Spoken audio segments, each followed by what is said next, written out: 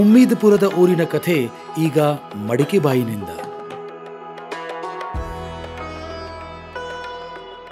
ನಾನು ಮಡಿಕೆ, ಸ್ವಲ್ಪ ಓರೆಯಾಗಿದ್ದೇನೆ. ಅಮ್ಮ ತಂಗಿ ಅಥವಾ ಅತ್ತೆ ಹೆಂಡತಿಗೆ ದೂರದಿಂದ ನೀರು ತರಲು ನಾವು ಯಾಕೆ ಅವ್ರಿಗೆ ತೊಂದರೆ ಕೊಡ್ತಿದ್ದೇವೆ? ಇದೇ ವಿಷಯದಲ್ಲಿ ಸಿಕ್ಕಾಕೊಂಡಿದ್ದೀನಿ. 10 ಲೀಟರ್ ನೀರಿಗಾಗಿ ಮೈಲುಗಟ್ಲೆ ಹೋಗೋದು, ಉದ್ದ ಲೈನಿನಲ್ಲಿ ಗಂಟೆಗಟ್ಲೆ ನಿಲ್ಲೋದು, ಈ ಎಲ್ಲ ಕೆಲಸಗಳಿಗೆ ನಾವ್ ಯಾಕೆ ಅವರ ಸಮಯ ಹಾಳು ಮಾಡ್ತಿದ್ದೇವೆ? ಪದೇ ಪದೇ ಎಲ್ರನ್ನ ಕೇಳ್ತೀನಿ. ಮಹಿಳೆಯರಿಗೆ ಸಮಯ ಸಿಕ್ಕಿದ್ರೆ ಅವರಲ್ಲಿಯ ಪ್ರತಿಭೆ ಅರಳುತ್ತೆ.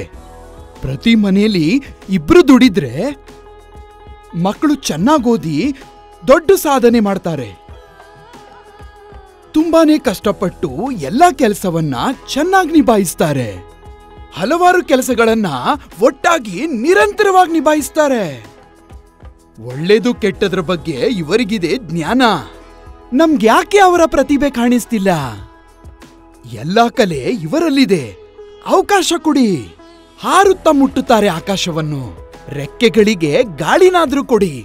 ಅವ್ರಿಗೆ ಸಮಯವನ್ನು ನೀಡಿ. ಮನೆಗೆ ಸಮ್ಮಾನ್ ಕನೆಕ್ಷನ್ ಹಾಕಿಸಿ ಇತಿಹಾಸ ಸೃಷ್ಟಿಸುತ್ತಾರೆ ತಮ್ಮ ಪ್ರತಿಭೆಯಿಂದ. ಮನೆ ಏನು, ಊರನ್ನೇ ನೋಡ್ಕೋತಾರೆ. ಜಲ ಸಮಿತಿಯಲ್ಲಿ ಸೇರ್ಕೊಂಡು ಆ ಜವಾಬ್ದಾರಿನೂ ನಿಭಾಯಿಸ್ತಾರೆ.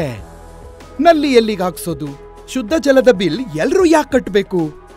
ಇದರ ಲಾಭಗಳನ್ನು ಎಣಿಸಿ ಜನರ ವಿಚಾರಗಳನ್ನು ಒಟ್ಟಾಗಿಸಿ ಗೌರವದಿಂದ ಜೀವಿಸಲು ಕಲಿಸುತ್ತಾಳೆ.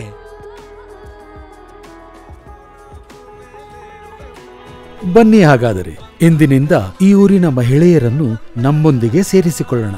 ಮತ್ತೆ ಪುರಾತನ ಊರಿನ ಹೊಸ ಕಥೆ ಆರಂಭಿಸೋಣ.